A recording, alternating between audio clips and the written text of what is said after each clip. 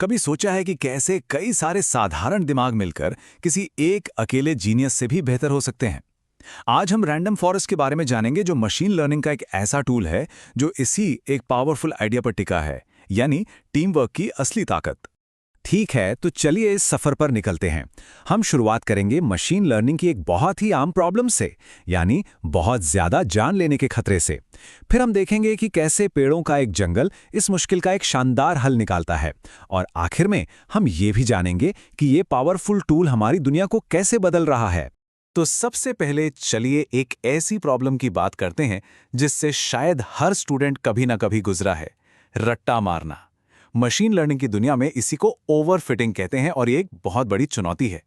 इसे ऐसे सोचिए, एक ऐसा स्टूडेंट है जो एग्जाम के लिए एक एक शब्द रट लेता है। प्रैक्टिस के सवालों का तो वो एकदम परफेक्ट जवाब देता है, लेकिन जैसे ही असली एग्जाम में थोड़ा घुमा फिरा कर सवाल आता है, वो अटक जाता है। मशीन लर्निंग में यही है ओवरफिटिंग। मॉडल अपने ट्रेनिंग डेटा को रट लेता है, लेकिन जब उसे असल दुनिया का कोई नया डेटा मिलता है तो वो समझ ही नहीं पाता कि करना क्या है। तो प्रॉब्लम यह है, एक अकेला बहुत ही ज्यादा होशियार डिसीजन ट्री अक्सर रटने का शिकार हो जाता है। लेकिन रैंडम फॉरेस्ट, जो कई सिंपल पेड़ों की एक टीम है, वो इस प्रॉब्लम को सॉल्व कर देता है। ये रटने पर नहीं, बल्कि असल समझ पर फोकस करता है। कह सकते हैं कि ये एक स्टूडेंट के बजाय अनुभवी प्रोफेसर्स की एक पूरी कमिटी की तरह है। तो इस रैंडम फॉरेस्ट का जादुई सॉल्यूशन है क्या? ये कोई रॉकेट साइंस नहीं है। ये एक ऐसे आइडिया पर आधारित है जिसे हम सब जानते हैं: भीड़ की बुद्धिमत्ता। क्या एक जीनियस हमेशा सही होता है, या फिर 100 आम लोगों की राय बेहतर होती है? रैंडम फॉरेस्ट दूसरे ऑप्शन पर दाव लगाता है। टेक्निकल भाषा में कहें तो रैंडम फॉरेस्ट को एन्सेम्बल लर्निंग कहते हैं। एन्सेम्बल का मतलब बस एक ग्रुप है। तो एक सुपर स्मार्ट मॉडल बनाने की कोशिश करने के बजाय हम कई ठीक ठाक मॉडलों की एक टीम बनाते हैं। और जैसा कि हम जानते हैं, टीम वर्क से बड़े बड़े काम हो जाते हैं। तो ये ग्रुप आखिर फैसला लेता कैसे है? सोचिए कि दोस्तों के साथ कोई फिल्म चुनने जा रहे हैं। अगर सवाल हाँ या ना का है, जैसे क्या हमें ये फिल्म देखनी चाहिए, तो वोटिंग होती है। ये है क्लासिफिकेशन। लेकिन अगर ये पूछा जाए कि फिल्म को 1 से 10 के स्केल पर कितनी रेटिंग दे, तो सबकी रेटिंग का एवरेज निकाला जाता है। ये है रिग्रेशन। रैंडम फॉरेस्ट बिल्कुल यही करता है।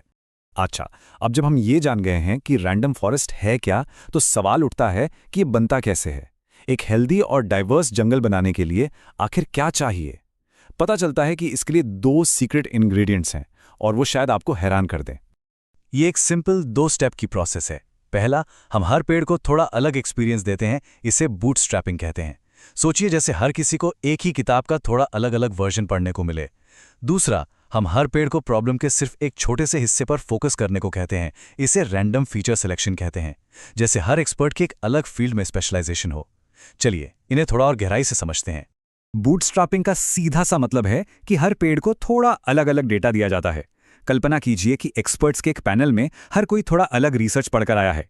अगर हर कोई एक ही किताब पढ़ता तो शायद वो सभी एक ही नतीजे पर पहुंचते। लेकिन अलग अलग जानकारी के साथ हमें ओपिनियंस का एक रिच मिक्सचर मिलता है, जो एक बेहतर फाइनल डिसीजन की तरफ ले जाता है। और दूसरी कमाल की टेक्निक है रैंडम फीचर सिलेक्शन। ये ना ग्रुप थिंक से बचने का एक जबरदस्त तरीका है।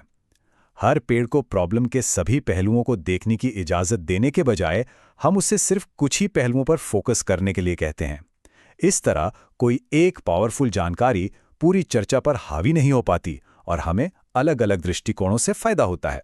तो ठीक है, ये 2 तकनीकें, यानी विविध डेटा और सीमित नजरिया, असल दुनिया में क्या मायने रखती हैं?